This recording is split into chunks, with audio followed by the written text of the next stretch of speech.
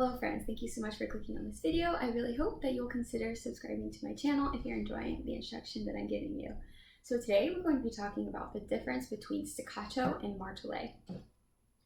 So a little bit ago I made a post on my Instagram about staccato.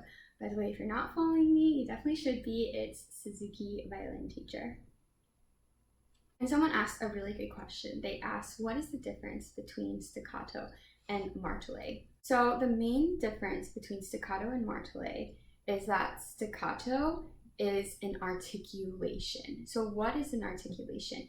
An articulation is basically how we attack the note. Think of articulate when you're speaking. It's how you speak the words. Articulation when you're playing is how you attack the note. So you can have like staccato, which is an articulation, very, very short, or you can have more détaché, which is very smooth. So staccato is an articulation, it's a bowing. Martele is a bow stroke. So staccato by itself is not a bow stroke. It's just playing very short and separated. If you haven't checked out my video on the staccato stroke, you should definitely go do that. It's linked down below in the description. So remember, all we have to do to perform staccato is stop our bow between every single note. We want to be playing around the balance point. We want to be using very, very little bow, and we absolutely do not have to do anything fancy to perform staccato. So this is staccato.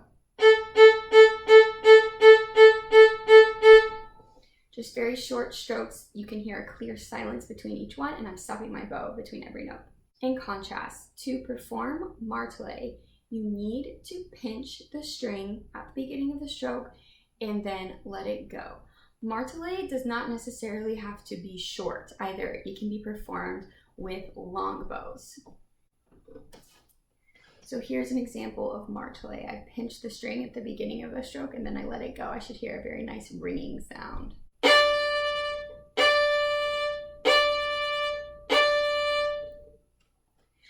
As you could tell, I pinched the string at the beginning of the stroke. It created a small accent, and then I let it go and just allowed the string to ring. So how do I pinch the string? Pretend you are scooping an ice cream. So you're kind of doing a U shape just with your index finger. Like that. But remember, the most important part of martele is that you let it go. You're not just in the string for the whole stroke. You let it go. So staccato is an articulation. Martele is a bow stroke. Martele is most commonly used for accents, and for staccato, it's not necessarily for accents. I want to talk a little bit now about up bow and down bow staccato because these are bow strokes as well.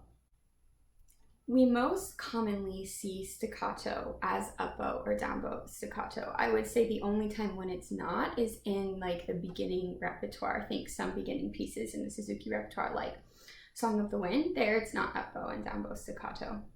Now, to perform up bow or down bow staccato, obviously you're going to be playing several notes on one bow, and you're going to be pinching the string and letting them go on each one. So it's kind of like a bunch of little martele strokes all in the same bow.